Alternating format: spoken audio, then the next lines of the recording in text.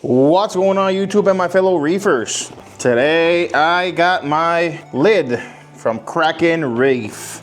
So yeah, let's go ahead and open it up. So I ordered this lid for my Red Sea Max Nano Cube. It's the 20-gallon one. The reason I got this lid is because if down the line I want to add some wrasses or well, actually, I do also have a Mandarin goby, a dragonette, and those are known to be little jumpers. Right now, he's tiny, so he's not too worried about him jumping off out of the tank right now. But once he gets bigger, could be a problem. So let's take a look here. Okay. Now, Kraken Reef is pretty popular in the hobby, you know, unless you've been living under a rock. They make custom lids for pretty much almost any Red Sea tank. And Red Sea does have like DIY kits for your lids, but I don't know if you guys know, it's a very, very complicated, those DIY kits. It could be, you know, they're very complex. I feel like they're really hard to like mount perfectly. So Kraken Reef is a very, very good option to get, you know, for an easy, you know, an easy place where you can just get a lid. I'm surprised not many other companies do this, because the lids are pretty popular in the hobby. You know, there's a lot of fish that jump, like dartfish, certain wrasses, if not almost all wrasses really. Gobies are also known jumpers. And this lid was, after it was all said and done, I think it was like around $200. Now you do get an option to customize. Man, this thing it's kind of hard to take off. I don't want to break it. All right, see, I don't like when they glue this stuff like that. There's some glue residue now. Now it's very simple in Kraken Reef. All you gotta do is go to the website. I'll put link down in the description, and you have to pretty much just select what tank you have, and they just pretty much will show you the options. I don't know what's in here. So it came with, I did order it with a feeding station. And, oh yeah, there it is. So you can get either the, hello, this is a little feeding hole. You can either get it without this. This is like an add-on. When you start doing like modifications, which I think they did the wrong modification. So I do have some cables coming out.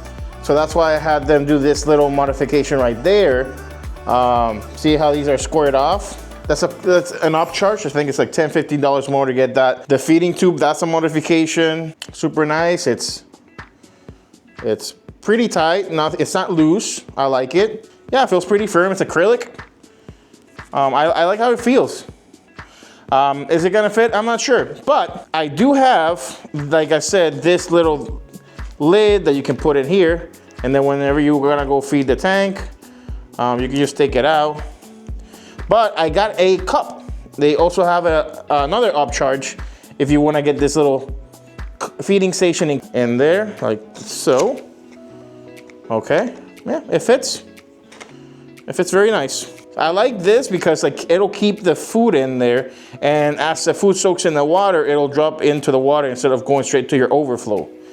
So really, really big fan of feeding stations. So let's go see how it fits. Alrighty, so here we have it. Right now, this is the Red Sea Max Generation 2.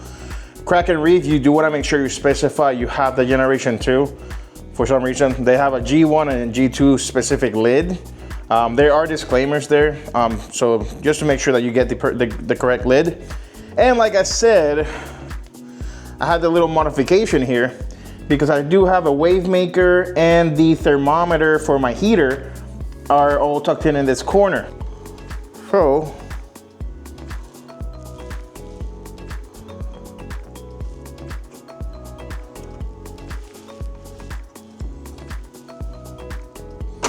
voila, a perfect fit.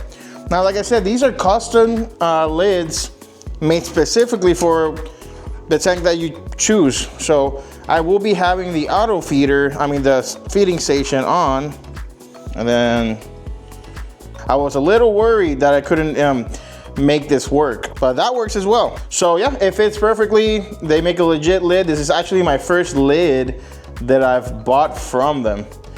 And I know it's a little pricey, like I said, with modification, shipping, taxes, everything, about $200. So for a small lid like this, you know, you might be thinking, man, but I mean, it's such a nice lid. So if you guys are on the fence, if you think the money's worth it, and do you think if they make good lids, I can say they do. So yeah, pretty cool. So here we are a few days later. My clownfish starting to host the anemone. I just kind of woke up, turned my corner, turned around and just saw it happening. So that's a pretty cool thing, you know. I guess there's not really a certainty that they will host it, but I mean, them being kind of like maroons, they're more likely to, almost like a guarantee. So I did not expect really for them to host that small of an anemone. It's only the male that's doing it, and for those of you that don't know, the male is actually the smaller clownfish of the two. The female are the big clowns in the pairs. That's how it works in Clownfish Nation. I put that anemone like not even a month in, and I didn't do anything special. Just so you guys know, if you guys are trying to have your clownfish host your anemone, it seems like you don't have to do anything but just put it in there and just wait. I mean, it did take like almost 3 months, so do keep that in mind. Also, I've noticed that one of my acros in this reef tank behind me, my big 425 reefer XL, is like, so it's like growing and it's like shading the bottom branches. And what's going on, what's happening is it's starting to, I'm starting to have tissue loss. And I did look this up because I wasn't sure if it's, I already thought it was just shade, but I looked it up and apparently it's very normal for that to happen. Anyways, thank you guys for watching. I'll catch you in the next one. See you guys.